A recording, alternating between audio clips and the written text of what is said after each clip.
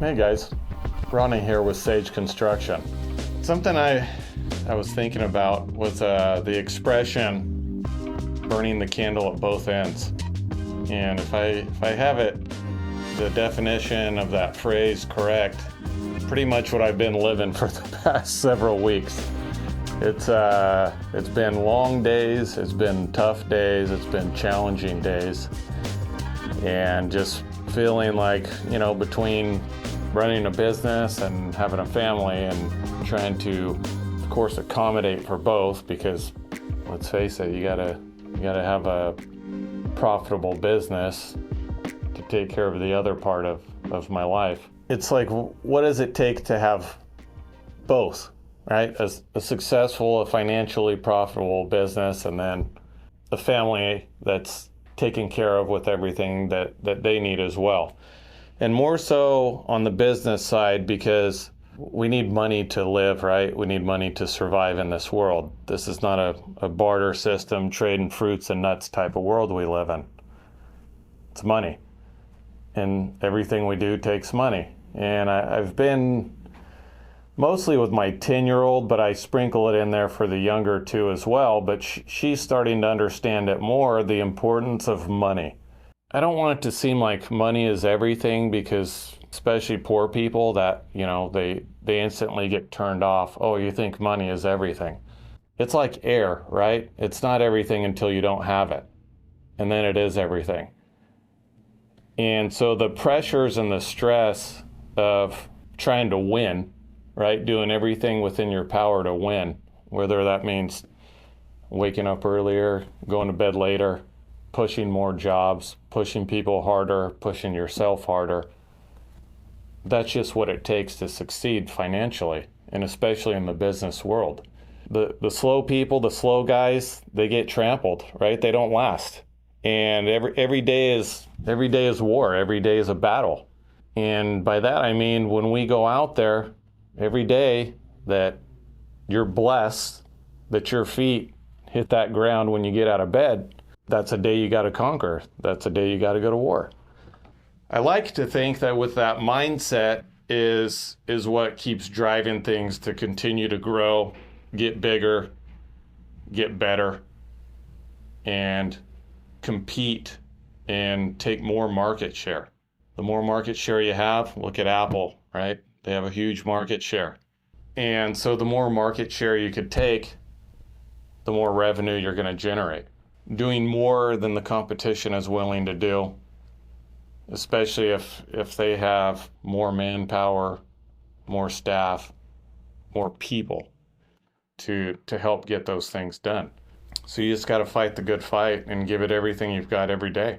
Push towards that success and achieving the goals and the dreams that you have for yourself, for your business, for your family. And so with that on goals, how I go after goals and reach goals and check them off is making a list, right? The ship doesn't get from point A to point B unless they have a map. An airplane, right? There's a destination. There's a flight path. And so with a business, it's similar. Here we are today. Where do we want to be tomorrow? Okay, how are we going to get to that goal tomorrow? And the next day, and the next month, and then hopefully hit or go beyond what next year's goals are. Aim high. If you miss a little bit, you're still higher than a low goal. So I think that's a good way to look at it, and having that clear roadmap on achieving that, because that's something I'm improving on, something I'm getting better at. Because just throwing a dart at the board like this, it isn't going to get anything done. And so when I'm drawing that roadmap, that flight path for the business, I like it to be very detailed and goal-oriented. The more detailed, the better, because then it helps us to follow those kind of step-by-step guide on goal number 1, goal number 2, goal number 3, and so on. Also dealing with the setbacks, right? Because not everything goes as planned. As we're climbing that ladder, trying to knock out one goal at a time. In between that, sometimes we take one step forward, two steps back. And that's how you manage it, how you overcome it, and how you don't let it defeat you. Because I could tell you, the defeat, it will crush you. If you let one challenge, one setback deter you or hold you back from moving forward, you're dead.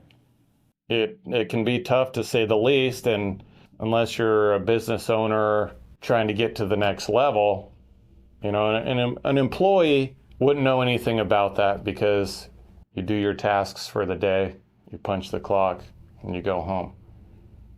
It's the other side of that, right? It's the owner of whatever that business is and how they're managing and handling that and losing sleep over things and coming up with that game plan of how we're going to push forward. Okay, we had a setback today. How are we going to fix that? How are we going to put that fire out? And how are we going to start again tomorrow? So that, I think, is an important one. I think it's a challenging one. And the flip side to that is that's what keeps everything exciting. Hitting those challenges, pushing forward, fighting through, going to war, and winning. So on the challenges portion, I'm going to talk about on the job site challenges. I've talked about schedules. I know on and on about schedules and how that dictates and runs the jobs. And the other part of schedules is what we do when we're off schedule, when we have a delay, an unforeseen site condition, etc.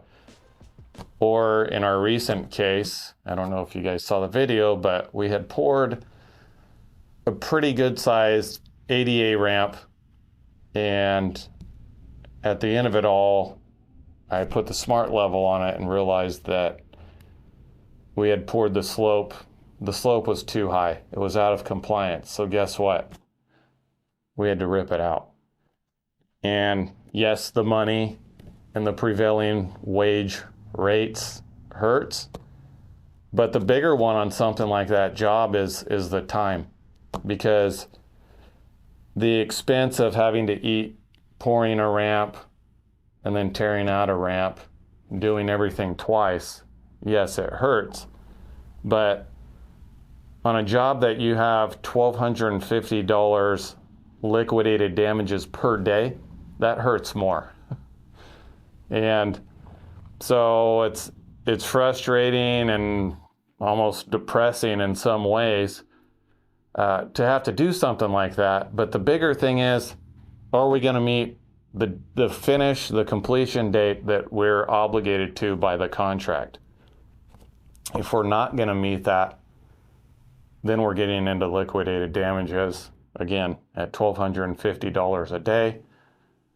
You times that by, 5 working days, 10 working days, and possibly being Vindexed for being hit with liquidated damages, it could be devastating.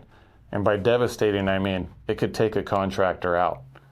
It could make you fold up, go bankrupt, and never be able to do public works jobs again. So it's critical on, one, doing things right the first time. But if there is a mistake, like the ramp, we've got to tear that sucker out as quick as possible, reform it, and re-pour it as quick as possible.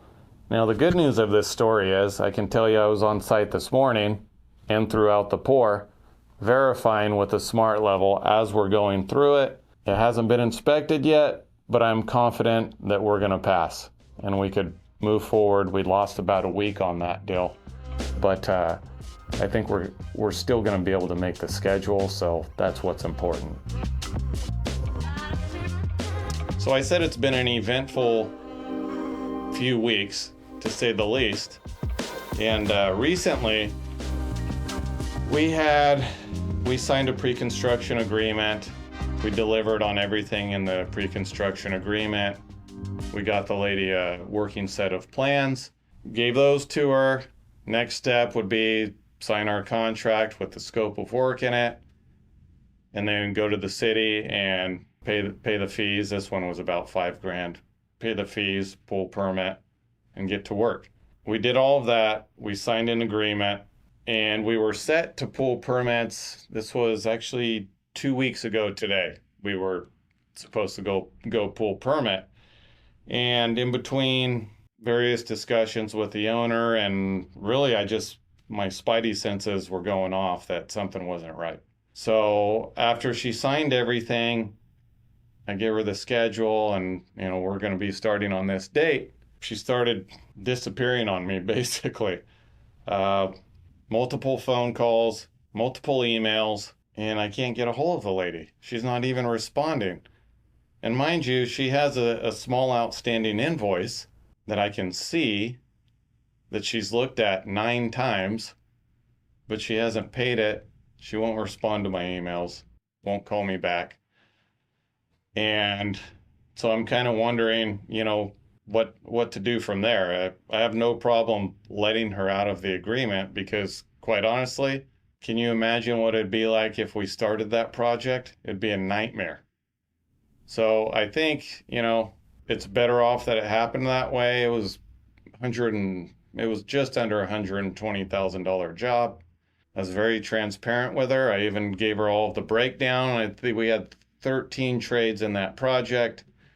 I gave her a cost breakdown, really more than most would. I was very detailed in it. I even gave her a page out of my money-making spreadsheet that gives all the information as far as, let's just say, electrical, what the cost is, what my markup is, and what my profit is on each line item. I shared that with her. And in her mind, she thought it was too expensive, even though before we signed the contract, we went over costs, project total just under 120.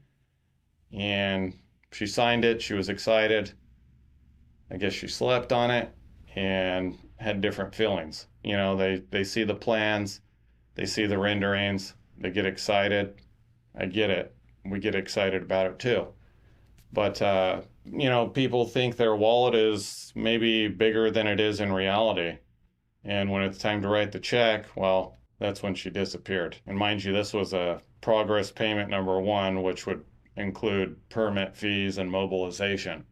And really, that's it. Because I'm not willing to pay her permit fees, pull permit under the business, and then have her disappear. And then I'm stuck with all of that. So it's kind of a good practice that I do, especially it's kind of case by case. But in this one, I wasn't comfortable with pulling permit and paying the fees. And then we wouldn't be able to do any work. So I would have been out, almost $6,000 in combined fees, plus the mobilization stuff. So I emailed her. I basically let her know that I'll take it as no response to the phone calls and the emails. I'll just take it as she did not want to move forward with the project. We'll rip up the contract and we'll move on. If there was anything she needed, she has my cell phone, she has the office number, and she has our emails. So stay tuned. It's been a week. Haven't heard a response, and I don't expect that to change.